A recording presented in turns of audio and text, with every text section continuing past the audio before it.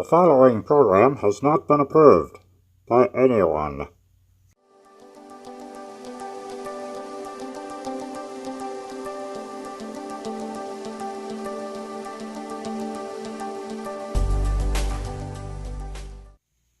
Hello again, everybody. EJ&E Jeff here. Welcome to my first layout update. Not going to be a long one because it's not a whole lot of progress here, as I've been super busy, as we all have, mowing the lawns and such this time of year. So let's get to it. Everything out here is just a mock-up on the layout. None of the track is in place really. It's just sitting there. It's not even really all connected. I just wanted to get a feel for how I like the looks of things according to the plans, and I don't. But I'll explain that in a minute. So, starting over here at the end, got the bench work finished off for the Gary steel mills, and those styrofoam blocks there, those are just stand-ins for buildings that will come later. Now, steel mills, you can't just go out and buy those. I don't think Walthers makes any of those, so it's all going to have to be scratch built. So I've been taking some scratch building lessons on YouTube. BNSF 6951 has a Friday night weekly scratch build chat, and Vinny is an expert at scratch building, so I'm going to be learning from him and building stuff there on my own. Yeah, Vinny. That's for you, buddy. So next, we'll be cutting some holes in the wall so we can get some track going behind there. I'm going to have a incline and also a staging yard back there. So let's take a look at that. Well, pretty much just a basic frame wall here. It'll be easy to work with. I'll be putting on a platform or a table of some sort back here to have a staging yard. And plus it's going to have an incline involved back here. So that way pop out at a different height with a different train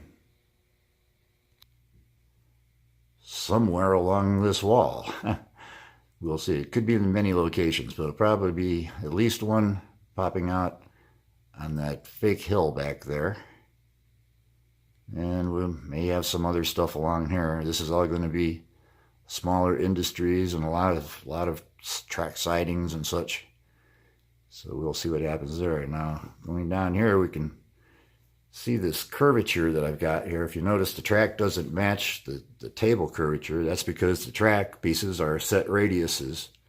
And I cut the table support, the fascia support rather, and the foam on a double easement radius. That means it's eased in and out of the turns, which makes it just a better flowing thing. I can explain that later on a fascia video, and where I picked up the easement techniques. I have the same thing in the corner there, just some little rounded radius support boards that I can attach the fascia to.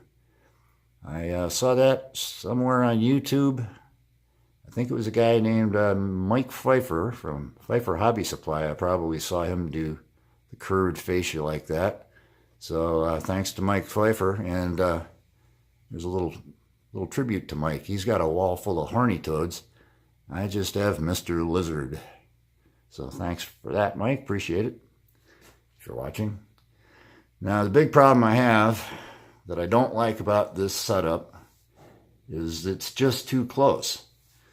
Now, ideally, I was going to have the Joliet yard over here, going around over to the steel mill, and that seemed great on paper, great on the computer track planner, but things don't always translate into real life, because what we have here, it's just too close. As soon as I get out of the rail yard, I'm already hitting siding for the steel mill. That's not going to work for me. So what I'm going to have to do, I think, is probably move the yard to the other side of the peninsula here, which, somehow, have to come out over here and run this way, off the table to my right. Or I can bring it around this way and curve it back that way. That gives me a lot longer run, but then I have the big, huge turnaround on the end of the peninsula. I was hoping to avoid that But it's not the worst thing in the world, so I can do that if I have to.